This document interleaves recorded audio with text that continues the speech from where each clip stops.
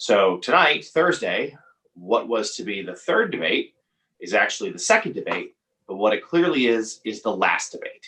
And the stakes couldn't be any higher. We're less than 2 weeks out until the election. Joe Biden has significant leads in the national polling and smaller leads in many, perhaps most, of the battleground states. So this might be President Trump's last best big chance to change the trajectory of the race as he speaks tonight. And there are photographs from the debate stage last night that show plexiglass put up on the stage. There's some question whether it will remain in place for the debate this evening. That's something we'll obviously be looking for when reporters and photographers are allowed to enter the hall in a few hours.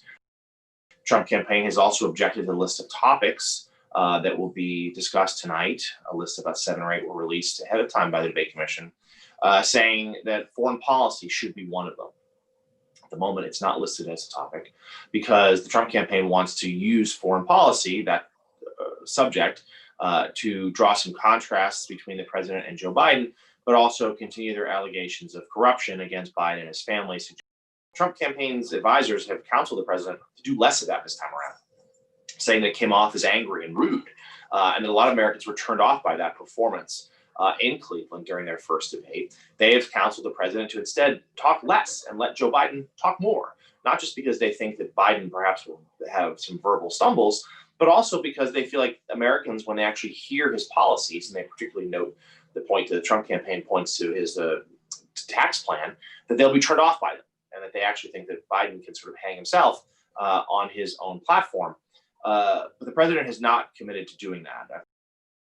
The Biden campaign is taking a similar approach, that they feel like that Donald Trump is his own worst enemy, and they want the vice president.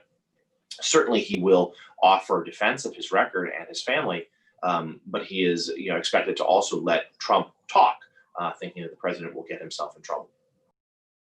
The debate still matters. Yes, there are fewer undecideds left this time than there were 4 years ago at this point in the cycle. Of that, there's no question.